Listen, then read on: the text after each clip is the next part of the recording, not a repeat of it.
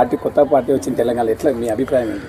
ఇప్పుడు కొత్త పార్టీ గురించి నేనేం స్పందించాను. ఆ పార్టీ పెట్టిన వాళ్ళు చెప్పాలి, ఎందుకు పెట్టినరో వాళ్ళ బయటకు వచ్చిన వాళ్ళు చెప్పాలి.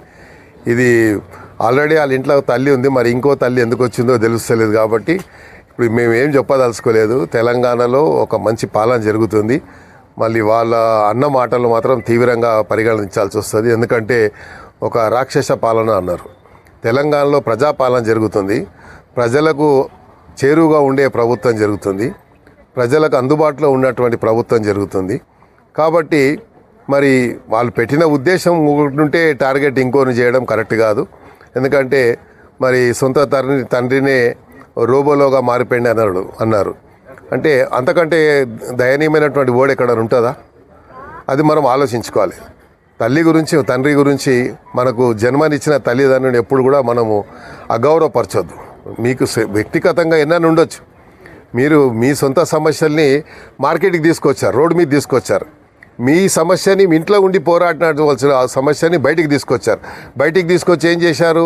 వాళ్ళని అంటే ఒక్కరిని అంటే బాగుండదు కాబట్టి ముఖ్యమంత్రిని అంటున్నారు. ముఖ్యమంత్రి గారి పాలన బాగుందని మొత్తం అంతా దేశమంతా కోడై కూస్తుంది. మన రాష్ట్రాన్ని ఎగ్జాంపుల్గా తీసుకుంటున్నారు, రోల్ మోడల్గా తీసుకుంటున్నారు. వేరే రాష్ట్రాలలో వాళ్ళు ముఖ్యమంత్రి గారిని అడిగి తెలుసుకుంటున్నారు మీరు ఎట్లా చేస్తున్నారని చెప్పి. అన్ని రాష్ట్రాల్లో ఇక్కడ ప్రవేశపెట్టిన పథకాలే మొన్న రాహుల్ గాంధీ గారు బెంగాల్లో చెప్పారు, తమిళనాడులో చెప్పారు, కర్ణాటకలో చెప్తున్నారు, ఇతర రాష్ట్రాలు ఎక్కడెక్కడ అస్సాంలో జరిగిన ఎలక్షన్లో చెప్తున్నారు. అంటే ఇక్కడ జరిగే పథకాలు బాగున్నాయనే కదా. మరి ఈ పథకాలన్నీ కూడా మనం పెడుతున్నాయనే కదా. మళ్ళీ అక్కడ మోడీ గారు, అమిత్ షా గారు ఇందులో నుంచే కదా దాన్ని మన హైజాక్ చేసి వాళ్ళ స్కీమ్లలో పెడుతున్నారు కదా. మరి అది చెప్పకుండా ముఖ్యమంత్రి గారిని అనడం మాత్రం చాలా శోచనీయం.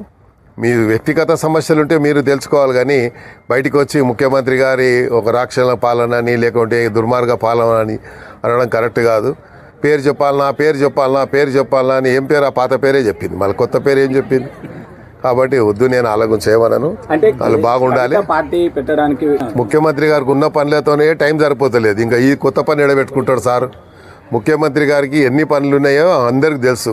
మొత్తం రాష్ట్రం అంతా ఆయన పొద్దున్న లేస్తే అందరేమో ఏదో 6 గంటలు పనిచేసిన 18 గంటలు పనిచేస్తున్నాడు. పొద్దున్న లేవగానే ఆయనకు పని తప్ప వేరే లోకం తెలియదు.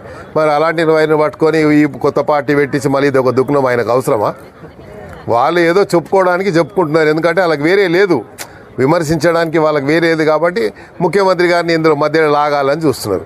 ముఖ్యమంత్రి గారు ఇంత ఈజీగా ట్రాప్లో పడతాడా? ముఖ్యమంత్రి గారు అన్నీ తెలిసిన వ్యక్తి, అన్నీ ఆరితేరిన వ్యక్తి కాబట్టి అంత ఈజీగా మీ ట్రాప్లో పడాడు. Thank you.